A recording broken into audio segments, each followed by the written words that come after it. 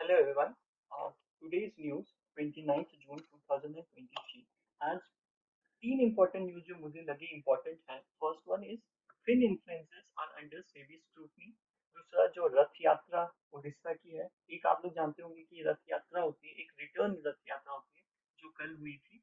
और थर्ड होती है डिलिमिटेशन जो आसाम के लिए प्रपोज्ड. तो हम लोग फर्स्ट पहले फिन इन्फ्लुएंसर पढ़ेंगे. इसमें सेवी का जिक्र आया तो थोड़ा सा सेवी के बारे में जानेंगे.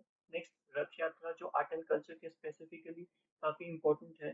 जो जगन्नाथ टेम्पल है वो आर्किटेक्चर के हिसाब से काफी इम्पोर्टेंट है. और लास्टली जो पॉलिटी के हिसाब से इम्पोर्टेंट है आसाम का डिलिमिटेशन. तो फर्स्ट हम लोग पढ़ेंगे जो है finfluencers are under series topic. Important क्यों है? अभी कुछ दिन पहले एक न्यूज़पेपर पे ऐड आया था जिसमें गवर्नमेंट के लोगों को एक फिन इन्फ्लुएंसर ने अपने न्यूज़पेपर के पूरे आर्टिकल अपना एडवर्टाइजमेंट में गवर्नमेंट के लोगों को यूज किया था जो काफी बैकलेस के लिए हुआ था. तो फिन इन्फ्लुएंसर क्या है?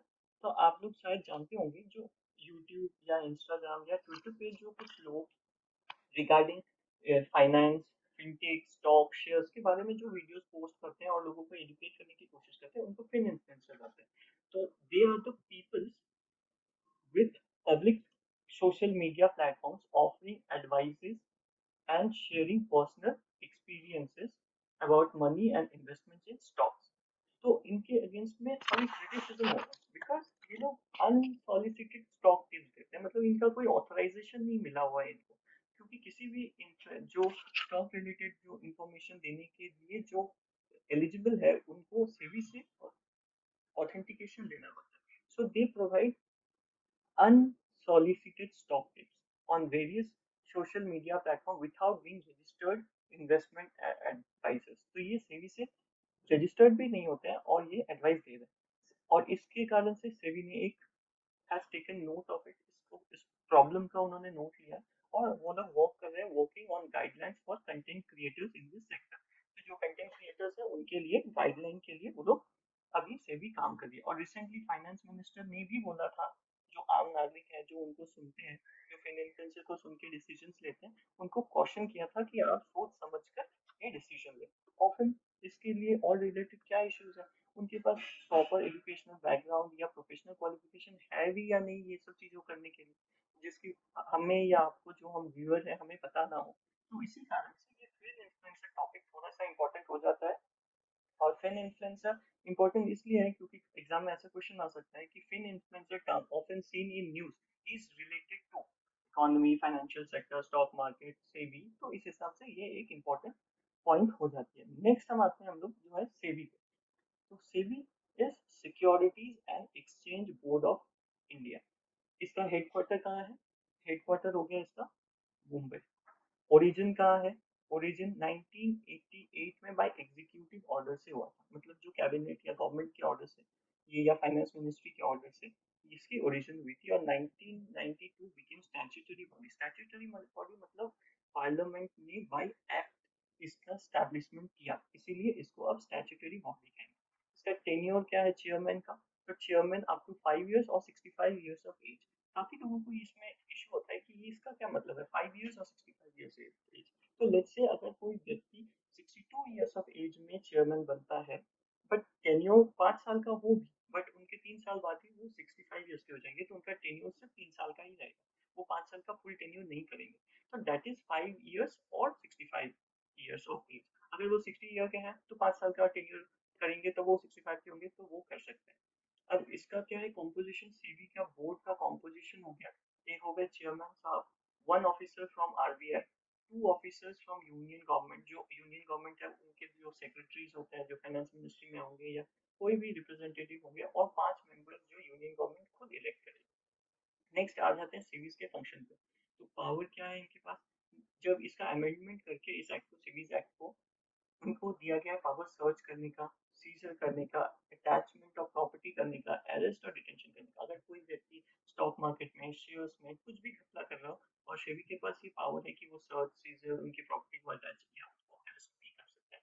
उनके पास पावर है to regulate processes of issuing bonds, shares etc. कैसे बॉन्ड्स इशू होंगे, कैसे शेयर्स इशू होंगे, वो क्या प्रोसीजर होगा उसको रेगुलेट करने का. जो डिपॉजिटर्स हैं स्टॉक्स हैं उनको उनको रेगुलेट करने का. स्टॉक एक्सचेंज को रेगुलेट करने का, कमोडिटी एक्सचेंज जो है मतलब जहाँ पे हम लोग स्टॉक्स को शेयर करते हैं, खरीदते हैं, बेचते हैं, उसको बोलते हैं स्टॉक एक्सचेंज। तो उनको रेगुलेट करने का पावर भी सेबी के पास है। इन्वेस्टर जैसे हम लोग हो गए, ब्रोकर जो डील ब्रोक शेयर ब्रोक करता है, फंड मैनेजर जो म्यूचुअल फंड लाइक बड़े बड़े बैंक्स हो गए, और इन्वेस्टमेंट स्कीम्स जो पॉन्जी स्कीम्स हो गए, चिट फंड स्कीम हो गए, उन्हें भी रेगुलेट कौन करता है? तो सेबी करता है। अदर फंक्शंस क्या हो गए? तो इन्वेस्टर्स एजुकेशन आपको और हमको कैसे इन्वेस्ट करना है, क्या प्रोसीजर है, क्या रिस्क फैक्टर है, उसके बारे में हमारा एजुकेशन करने का काम भी सेबी का है। प्लस कंप्लेंट रिड्रेसल, आपके साथ कोई गलती हो गई, कोई धांधली हो गई, तो उसका जो कंप्लेंट है, उसका जो रिड्रेसल है, वो सेबी के पास आप करेंगे और वो सेबी उसको रिड्रेस करेगा। अब नेक्स्ट को आते हैं हम लोग रथ यात्रा इन पूरी। तो रथ यात्रा is very important festival in eastern India. Eastern India का एक बहुत इंपॉर्टेंट फेस्टिवल है जो उड़ीसा में होता है, और ये कब होता है? The second day of the Odia month of Ashadh Shukla tithi. जो आषाढ़ शुक्ल तिथि जो उड़िया मंथ की है उसके सेकेंड डे पे होती है। और ये क्या होता है? तो ये होता है ट्रैवलिंग, जो जगन्नाथ भगवान का जो रथ है वो they travel from the Jagannath temple, जो ओरिजिनल उनकी टेम्पल है, to the Gundicha temple. Gundicha temple क्या है? तो Gundicha temple is the temple और या रेसिडेंस ऑफ देव मासी। उनकी जो आंट है मासी जी है, उनका घर को गुंडीचा टेम्पल कहते हैं। जो गॉडेस अर्धशिनी ऑल्सो नोन एज मासी माँ is believed to be the deity's auntie. डाइटिस क्या है? ये तीन बड़े बड़े चैरियट या रथ पे जाते हैं, following up the Pahandi ritual. Pahandi ritual होता है एक, उसको होने के बाद ये लोग उस रथ यात्रा पे निकलते हैं टू द गुंडीचा टेम्पल। पूरा कहाँ से वो रथ ट्रैवल करता है? बड़ा डंडा। It's a grand road two of Puri town. Puri town का एक रास्ता है, 3 किलोमीटर का रास्ता है ये, जिसको बड़ा डंडा कहते हैं पुरी टाउन में। वहां से ये लोग जो रथ यात्रा है वो वहां से जाती है। अब non Hindus are not allowed to enter the Jagannath temple. This is very important. India में बहुत ऐसे टेम्पल हैं जहाँ पे नॉन हिंदूज क्रिश्चियन सब जा सकते हैं, बट जो जगन्नाथ टेम्पल है वहाँ पे नॉन हिंदूज बिल्कुल ही अलाउड नहीं है। अब ये क्या होता है रथ यात्रा? इन कॉमन सेंस इसको बोलते हैं कि जगन्नाथ भगवान जो है वो he is the Lord of the universe. और ये क्या करते हैं, इस दिन ये अपने घर से सैंटम सेंटोरियम से रथ में निकलते हैं to meet all his devotees. अपने सारे भक्तों से मिलने के लिए वो रथ में निकलते हैं अपने जगन्नाथ टेम्पल से।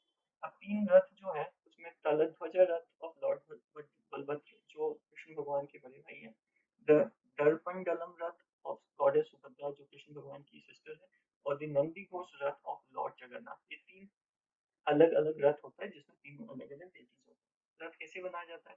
Woods of locally available tree से बनाया जाता है। 2 महीने पहले से ही, रथ यात्रा के 2 महीने पहले से ही इसकी तैयारी शुरू हो जाती है, from the day from Akshaya Tritiya tithi. अब जो बनाता है वो हेरिडिटरी सर्विस है, जो बनाता है वो उसको कोई फॉर्मल ट्रेनिंग नहीं मिलता है, no formal training of wood carving, और वो पुराने टाइम से जैसे ये बनाया जाता था वैसे ही इसको फॉलो करते हुए चल रहा है। अब नेक्स्ट इसके दिन कुछ कुछ जो रिचुअल्स होते हैं, एक रिचुअल बहुत अच्छा होता है कि चेहरा पन्हारा रिचुअल होता है। ये क्या है कि जो पूरी की जो रॉयल फैमिली है वो क्या करते हैं, he sweeps the floor of the chariot with a golden broom. सोने की झाड़ू से चैरियट का की सफाई करते हैं, उसके बाद ही भगवान उस रथ में प्रवेश करते हैं। ये क्या सिग्निफाई करता है? To stress the dignity of a labour. जो लेबर है उसकी जो मतलब भगवान के लिए जो इक्वालिटी है वो सबका, ये सब सेम है, तो उसको डिवाइन या उसको डिनोट करने के लिए ये एक रिचुअल है। जो अभी पुरी के किंग है तो गजपति दिव्यांशिका देव ascended the throne in 1970s at the age of 17, और अभी तक वही ये रिचुअल कर रहे हैं। अब बहुधा यात्रा, बहुधा यात्रा यानी रिटर्न फेस्टिवल ऑफ बहुधा यात्रा। और बहुधा यात्रा मतलब अब जो गुंडीचा टेम्पल मतलब भगवान का रथ पहुंच चुका है, वहां से अब जो वो रिटर्न आते हैं उसको बोलते हैं बहुधा यात्रा। आषाढ़ के शुक्ल दशमी तिथि में, 10th day of the Ashadh calendar, वो मौसी माँ के टेम्पल से रिटर्न आते हैं। उस दिन उनको प्रसाद मिलता है पोड़ा पीठा। बंगाल में या उड़ीसा में पीठा बोल के एक स्वीट डिश होता है जो काफी फेमस होता है, तो उनको ये पोड़ा पीठा खिलाया जाता है, और उसके बाद वहां से रथ निकलता है और रथ पहुंचता है, chariot reaches to Singh Dwar for the lions gate of the temple of Jagannath temple. Jagannath temple का जो मेन गेट है उसको लायंस गेट बोलते हैं, वहां पे ये रथ वापस पहुंचता है। Some special rituals are connected by the services. फिर वो जब पहुंचता है तो फिर उससे रॉयल फैमिली जो है वो फिर वापस सर्विस के लिए पहुंचता है। और वहाँ पे एक सूना वेशा एक और रिचुअल है, अब जब वहाँ पे लायन गेट के पास जब पहुंच गए हैं तीनों डाइटीज, तो उनको प्रॉपर एडॉर्न किया जाता है गोल्ड ऑर्नामेंट से, प्रॉपरली उनको पूरा गोल्ड से उनको पूरा सजाया जाता है, जिसको कहते हैं सूना, यानी सोना, और वेशा मतलब हमारा जो वेशभूषा है उसको। और उसके बाद, और ये गोल्ड ऑर्नामेंट्स कहाँ रहते हैं, फ्रॉम द रत्ना भंडार of the Jagannath temple. Ratna भंडार जो जगन्नाथ टेम्पल का है वहाँ पे ये सारे रखा होता है। अब दिस होम कमिंग, अब जब वो आ गए हैं तो अंदर सैंक्टम सेंटोरियम में अंदर उनको फिर से रखा जाता है, जिसको कहते हैं नीलाद्री बीच। और 12th day of Ashadh month में ये होता है रथ फेस्टिवल के। अब इसी दिन जब क्या होता है, devotees offer rasgulla to goddess Lakshmi on behalf of lord Jagannath. क्यों? क्योंकि क्या होता है कि वो गुस्सा हो जाती है goddess Lakshmi to appease her as she get angry of not being taken on rath to Gundicha temple. वो गुस्सा हो जाती है कि उनको साथ में कृष्ण भगवान क्यों नहीं लेके गए, तो इसीलिए उनको रसगुल्ला ऑफर किया जाता है टू अपीज हर। और उड़ीसा के लोग इसको रसगुल्ला फेस्टिवल के नाम से भी जानते हैं। अब सिंस जगन्नाथ टेम्पल का इतना जिक्र हुआ है, तो next we need to know about the Jagannath temple architecture, जो नागरा स्टाइल में है, जो नॉर्थ नागरा यानी north Indian, N for Nagara, N for north Indian. तो इसके फीचर्स क्या हैं, ये जो सैंक्टम सेंटोरियम है इसको बोलेंगे ड्यूल, ये आ गया हमारा ड्यूल, आप मिला लो। नेक्स्ट आ गया आपका जगमोहन, जहाँ पे जो हम लोग जो भगवान के भक्त है, जो दर्शन के लिए जाते हैं उसको कहते हैं जगमोहन वाला एरिया जो असेंबल होता है। Now this is the Jagmohan area. This is not मंडप, जो देवदासी सिस्टम था पुराने समय में, उसके अंदर जो रिचुअल था, जो डांसिंग सिस्टम था इन द टेम्पल, उसके लिए जो एरिया था वो नट मंडप, दिस इज द नट मंडप। Now this is the Bhog मंदिर, so this is the Bhog Mandir. This is the lions gate और the Singh Dwar, this is the Singh द्वार, राइट। सो ये सारे आर्किटेक्चर के पार्ट है। कैसे इसको क्वेश्चन पूछाएगा ना, Jagmohan is part of Nagara style और साउथ इंडियन स्टाइल, जिसको ड्रविडियन स्टाइल कहते हैं। ड्यूल, उसके फीचर्स क्या है, नट नट मंडप कहाँ मिलता है, या नट मंदिर कहाँ मिलता है, द्रविडियन स्टाइल में या नगरा स्टाइल में, इस हिसाब से this is important. Now next हम जो इम्पोर्टेंट न्यूज है वो है आसाम की delimitation. So the election commission has released a draft delimitation documentation of Assam. Assam के लिए एक ड्राफ्ट डॉक्यूमेंट, डिलिमिटेशन डॉक्यूमेंट उन्होंने रिलीज किया। डिलिमिटेशन क्या है, it is an act of redrawing boundaries of Lok Sabha and assembly seats. मतलब कौन सा एरिया जो असेंबली कॉन्स्टिट्यूंसी होती है उसको पॉपुलेशन के हिसाब से जो उसकी ड्राइंग होती है, या जैसे इक्वल प्रोपोर्शन ऑफ पॉपुलेशन को रिप्रेजेंट एक एरिया करता है, उसको डिलिमिटेशन कहते हैं।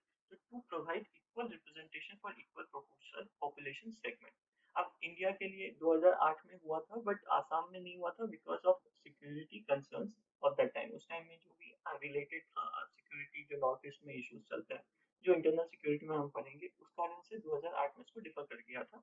बट अब उसको किया जा रहा है, और इलेक्शन कमीशन ने क्या प्रपोज किया है कि उन्होंने नंबर ऑफ सीट्स जो थे वो सेम रखा है, मगर increase the number of reserve constituency for SC and ST. ये जो रिजर्वेशन ऑफ कॉन्स्टिट्यूंसी होता है in the Lok Sabha or in the Assembly is under Article 330 of the Constitution। ये under Article 330 जो है, सो ये reservation of seats for the SC ST जो है वो उसके अंदर होता है। और आपको एक चीज बता दूं कि अभी हम लोगों ने काफी न्यूज में था कि न्यू पार्लियामेंट बिल्डिंग बन रही है, वो इसलिए बन रही है कि 91st कॉन्स्टिट्यूशन अमेंडमेंट जो हुई थी 2001 में, तब उन्होंने क्या किया था कि अभी जो 545 सीट्स हैं लोकसभा के, उसको उन्होंने फ्रीज कर दिया था 2026 तक। तो 2026 तक क्या था कि कोई डिलिमिटेशन अगर होगा भी तो सीट नहीं बढ़ाई जाएंगी लोकसभा की। तो बट अब 2026 आने वाली है तो सीट बढ़ेगा 545 से। सिंस हम इंडिया की पॉपुलेशन इतना बढ़ा हुआ है, या वर्ल्ड का लार्जेस्ट पॉपुलेटेड कंट्री बन चुका है, तो उस हिसाब से सीट भी बढ़ेंगे, तो एरिया और जो space of functioning of the Lok Sabha ज्यादा बड़ा चाहिए। इस कारण से नई पार्लियामेंट बिल्डिंग की कंस्ट्रक्शन हुआ। अब ये क्या बोल रहा है, उन्होंने असेंबली सीट्स सिर्फ एस सी एस टी के लिए 8 से 9 कर दी है, और ST assembly seats have been increased from 16 to 19। जो एक बारी है वो आसाम ऑटोनोमस एरिया काउंसिल जो वेस्ट कार्बी एंगलोंग डिस्ट्रिक्ट है उसके लिए बनाया है, और एक जो लोकसभा कॉन्स्टिट्यूंसी कालीभोर था उसका नाम बदल कर काजीरंगा कर दिया है। बट ये अभी ड्राफ्ट है, इसके ऊपर फाइनल डिसीजन नहीं हुआ। So that's it for today. आज के लिए ये 3 इम्पोर्टेंट न्यूज थी जो इम्पोर्टेंट थी with respect to economy, with respect to art and culture and with respect to politics. Thank you, hope आप लोगों को ये पसंद आया होगा ये, and you will like, share and subscribe to my channel.